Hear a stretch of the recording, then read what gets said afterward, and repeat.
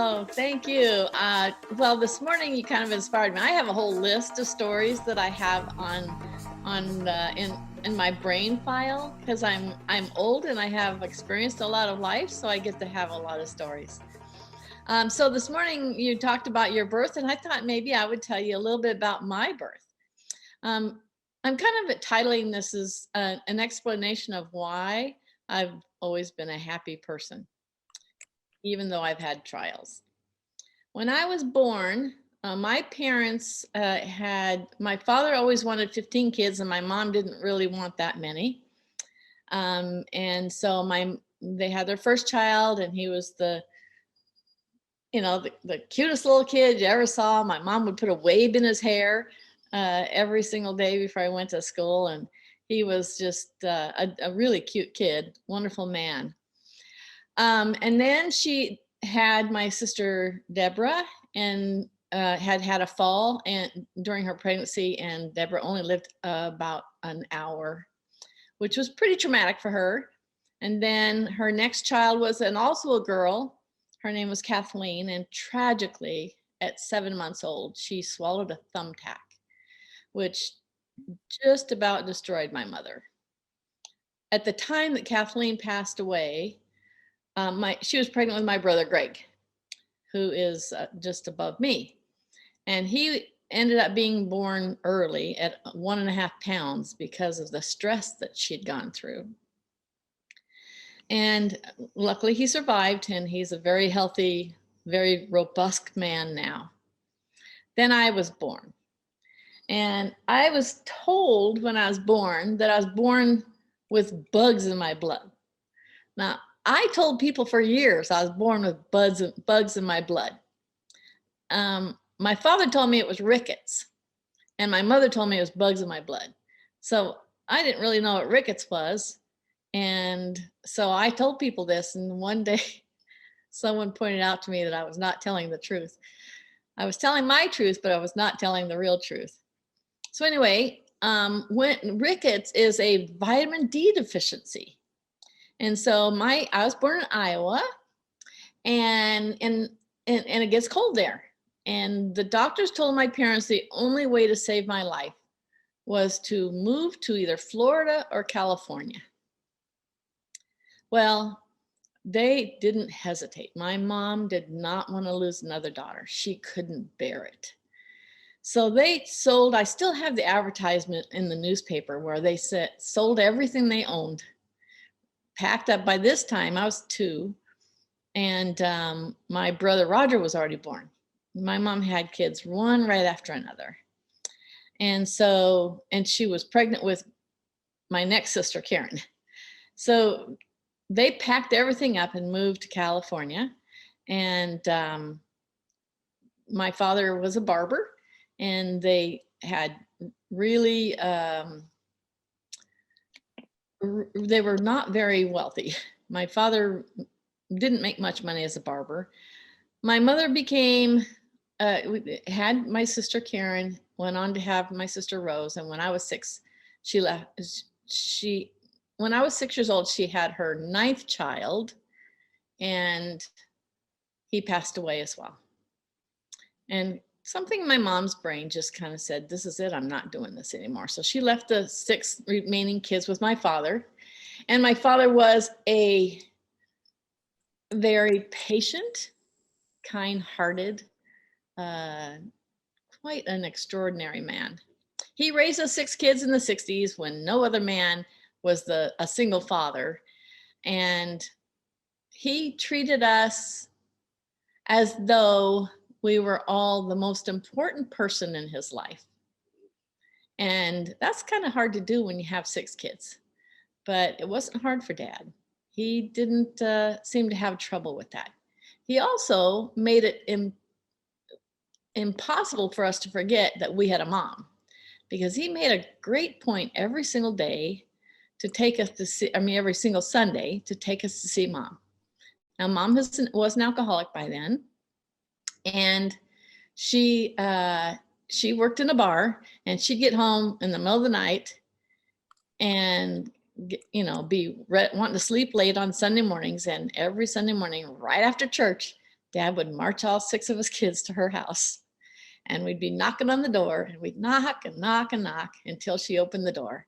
And some days she was really cranky and didn't want us there, and some days she was really happy we were there. But the most important part about that story is that we got to know her. We got to always know we had a mom. He didn't want us to, we had some neighbors that, how kids bully.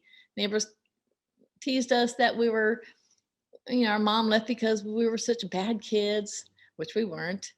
And that, didn't have a mom. We had a mom. And Dad was so humble that he thought it was more important for us kids to know her than for him to have pride. She was cruel to him sometimes, but us kids always saw through that cruelty. We always knew that mom's criticisms of him were unfounded, that anything she said about him that was negative. Kids are not stupid. People think kids don't know, but kids are not stupid. They know and they can see for themselves who is that they get their love from. And mom loved us. We got to know that. She didn't know how to love us enough to take care of us, but she did love us. And I'm so grateful that I know that. I mean, I had some really tough times later on in my teenage years with my mom. And I had to go through a really stringent forgiveness program to forgive her. But I think that my strength in my life comes from that very early age, knowing that my parents gave up everything so that I could live. When we got to California after we moved here, I was hospitalized and I had blood transfusions and I became a very chubby. At the time we moved here, I was so skinny that my mom said when they'd go to pick me up, my skin would move, but my bones would stay. And I turned into a chubby little girl and went through, in fact, of my sisters, I'm one of 3 sisters that survived. And my sisters are really little. They're much smaller than I. I was always the big sister. And I really appreciated Mariana's talk about body image. I went through that in my early years, but I really think that when we really look at the things that our parents do, we need to look at the part of them. I've not been a perfect parent. I don't know anyone that has been a perfect parent. I made plenty of my own mistakes. And I look back on it and, I would pretty much think I should put my dad on a pedestal. But he wasn't a perfect parent. He did his very best.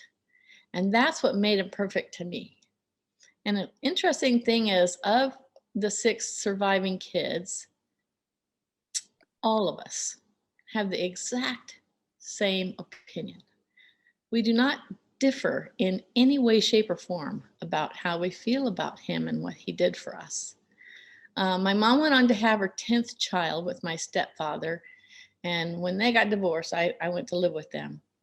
And when I left their home, my dad took my half brother into his home and raised him for the next 5 years as his own.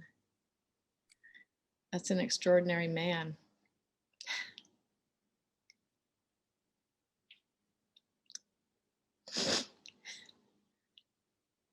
At that point in his life, he was a lost child, and my dad saved him. And I had raised him for 5 years, and I was just a kid, but my dad fixed it all.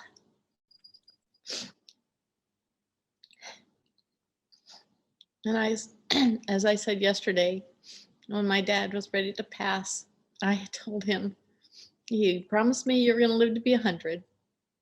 And he said, would you take 88? And that's how old he was when he passed. Someday I'm going to write that book.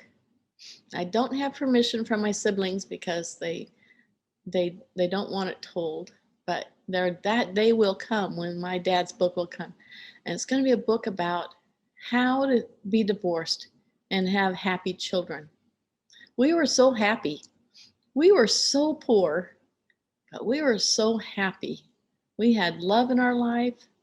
We had a home. We went to school. We had meals. They weren't fancy meals. We had very skimpy Christmases. It didn't matter. We had all this love. We were so rich as children.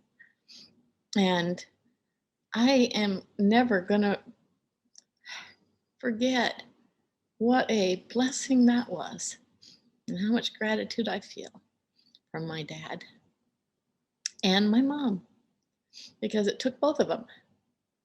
My mom's later years, we became so close, and she looked angelic to me when she passed. You can't get better than that. And that is my story for today.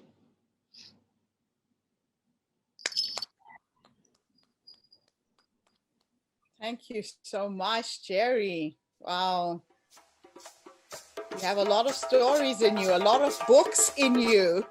Oh, many, many. I tell you, they will all be written.